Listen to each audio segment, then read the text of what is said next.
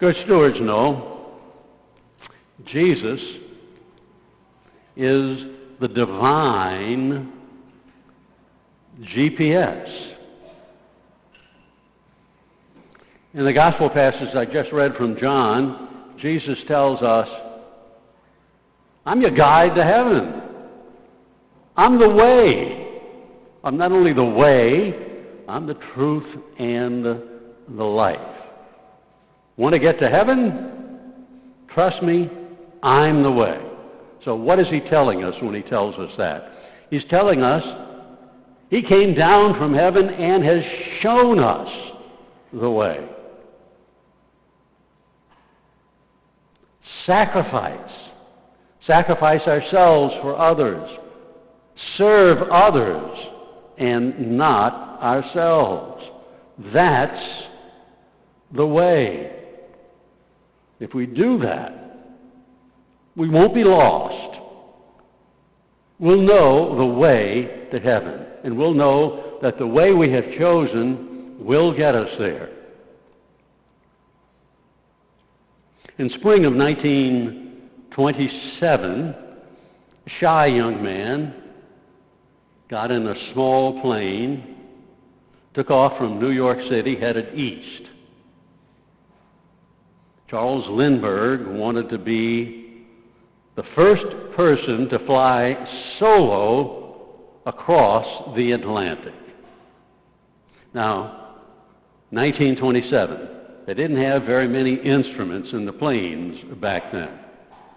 They certainly didn't have any radar. But Lindbergh knew America's big, Europe's big. If I just keep heading across that water, I should find it.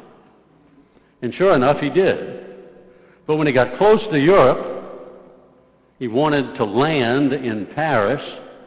He realized, I'm lost. I don't know how to get from here to Paris.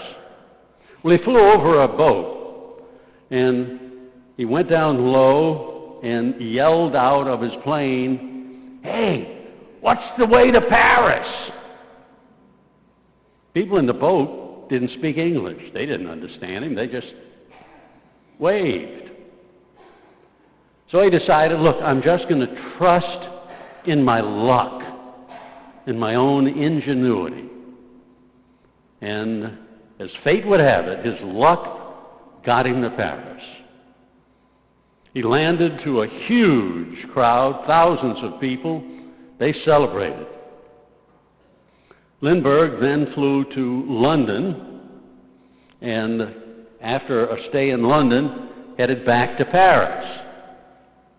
But terrible weather set in, pea soup fog, and once again, Lindbergh was lost. Couldn't figure out where Paris might be. So I said, well, I got lucky the first time. I'll try it again. And sure enough, he saw ahead of him another plane. And he said, look, I'm just going to follow that plane. I don't care where it goes. I'm going to follow it. And again, as luck would have it, that plane was headed to Paris. And Charles Lindbergh became known as Lucky Lindy because he had relied on luck to get where he wanted to go and got there. My sisters and brothers, we don't want to rely on luck to get to heaven. We don't want to rely on our own ingenuity. We have the way, not a way, the way, the definitive article, the way. Jesus is the way to heaven. And as I said earlier, he tells us the way is choose to be last and not first. Choose to serve and not be served. Dick LaCorn was my best friend for more than 40 years. We became best friends in college, and we remained best friends until he died. When I came back to New Orleans, Dick and I went out to eat at least once a week together, and he always brought his adult brain-damaged son, Kenneth, with him. In this particular evening, we were eating at the Belgian Bistro on Whitney over in Algiers.